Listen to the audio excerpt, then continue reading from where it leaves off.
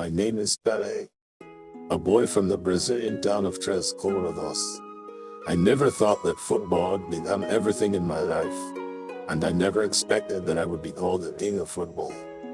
However, when I look back at the ups and downs of these years, I realized that it was all destiny and unspoken bond between me and football. I remember when I was little, our family was not rich and we didn't have a decent football. My father is a football player in a small town, and his dream was to play for the Brazilian team. The gears of fate turned when I was 11 years old. That day, my father's eyes were filled with tears. I have never seen my father cry. But the scene when the Brazilian team lost to Uruguay that day seemed to have crushed the strong man. My father cried. I looked at his heartbroken look and silently vowed in my heart that one day I would win back glory for Brazil.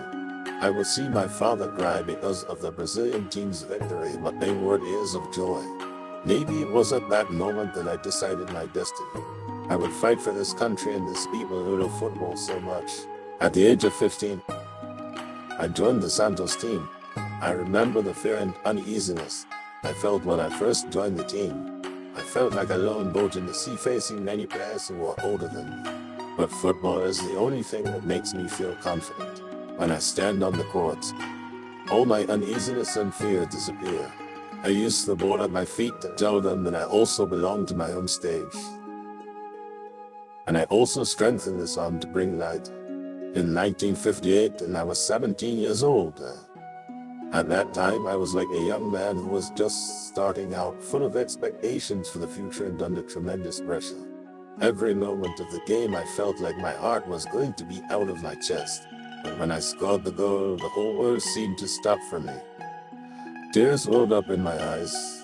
I thought of my father's tears, of that dusty open space, and of countless nights of practicing football. I know that I am fighting not only for myself, but also for everyone who supports me, and for the glory of Brazil. But the glory on the football field is always short. Injuries and failures follow. In 1970, when I once again stood on the World Cup field, I was no longer the 17-year-old boy. My knees are no longer as flexible as they used to be, and the scars on my body are like the marks carved by time on my body. However, that fire is still burning in my heart, which is the desire to win, the love for football, and the commitment to this country. In the final, when the whistle blew, I knew that this time we won, and we brought the Hercules Cup back to Brazil again. This is not only a victory, but also a proof, a miracle belonging to Brazil. Looking back on my life, football has taught me so much. It taught me how to stand up from failure and move forward in adversity. Football made me understand that the so-called football kings are not just heroes on the field. Behind me, there are countless pairs of eyes watching me, and there are countless children who have the same dreams as me.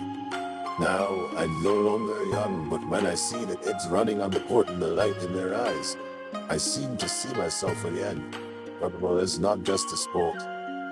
It is a spirit and a hope that makes people believe that no matter how difficult life is, we can still change our destiny with our own efforts. I am Bailey, a boy rising from the dust, a soul running for dreams. Football is my belief, the language I use to communicate with the world and everything in my life. And all this belongs not only to me, but also to all people who love football.